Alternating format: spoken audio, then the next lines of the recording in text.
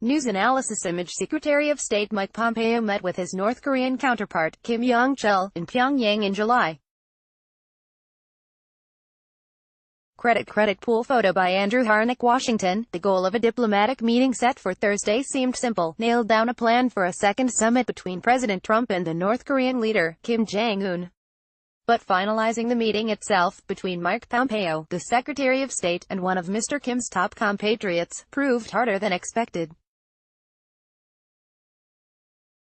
The State Department announced early Wednesday that it had been cancelled. Ongoing conversations continue to take place, the statement said tersely. The cancellation leaves little doubt that the diplomatic process between the United States and North Korea is now mired in quicksand after peaking in Singapore with the initial summit between the two leaders. There are mismatched demands and expectations on both sides, and the pitfalls have only gotten more obvious in recent weeks. At the White House later Wednesday, Mr. Trump said the meeting would be rescheduled and insisted that, "We're very happy with how it's going with North Korea, we're in no rush," he said, adding that he expected to again sit down with Mr. Kim early next year. The sanctions are on. The missiles have stopped. The rockets have stopped. The hostages are home. Last Friday, North Korea veered toward hostility as its foreign ministry warned the country would return to a policy of strengthening its nuclear force if the Trump administration did not lift economic sanctions. That announcement did not bode well for prospects of a successful meeting between Mr. Pompeo and the North Korean party official, Kim Yong-chol, a hardline general and former intelligence chief.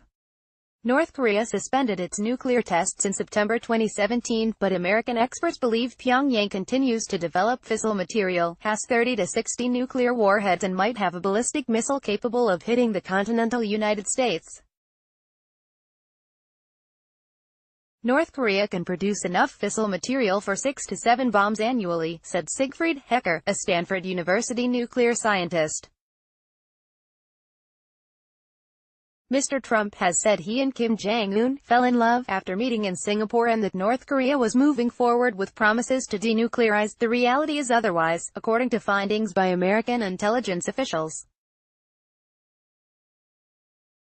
North Korea is still refusing to turn over an accounting of its nuclear assets to the United States and other nations, a demand that the Trump administration sees as an important step toward denuclearization. Instead, North Korean officials say the United States must agree first to formally declare the end of the Korean War, which halted with an armistice in 1953. The South Korean government, intent on improving relations with North Korea, has also pushed for this. "I think Pompeo again is in a bit of pickle," said Yong-chol, an expert on North Korea at the Brookings Institution and a former CIA analyst. North Korea has been clear about what they're not willing to do. In a statement on Monday, Heather Nauert, the chief State Department spokeswoman, said Mr. Pompeo and Stephen B. Gunn, the special representative for North Korea, plan to discuss steps towards progress in the Thursday meeting with Kim Yong-chol, the envoy from Pyongyang. Among the 4 main points agreed to in Singapore, Ms. Nauert said, was the final, fully verified denuclearization of the DPRK, or the Democratic People's Republic of North Korea, the formal name of North Korea. But that is a notable change in wording from the agreement reached in June. The third of the 4 points in that agreement said North Korea commits to work towards complete denuclearization of the Korean Peninsula, according to the White House statement from the summit. North Korea has interpreted this as meaning all sides agreeing to give up arms.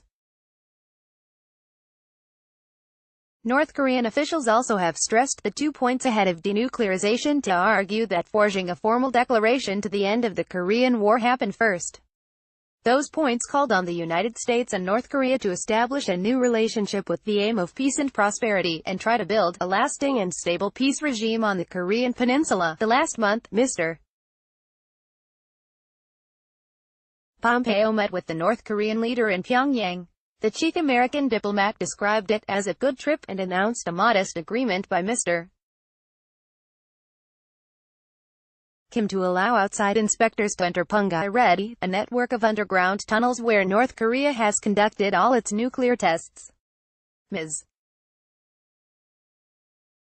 Pak said North Korea's offers so far have been minor compared to what it is asking of the United States in return, the formal end-of-war declaration and an easing of harsh economic sanctions, because the North Korea nuclear program is so advanced. This is like North Korea offering to sell us Windows 97 at a price higher than it warrants, Ms.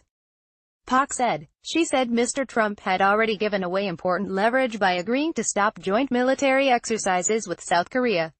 After Mr. Pompeo's trip in October, Mr.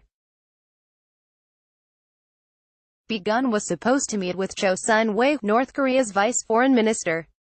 But that never happened, marking another sign of lackluster diplomacy. While Mr. Trump has generally been effusive about the warming relations, there have been rough patches throughout.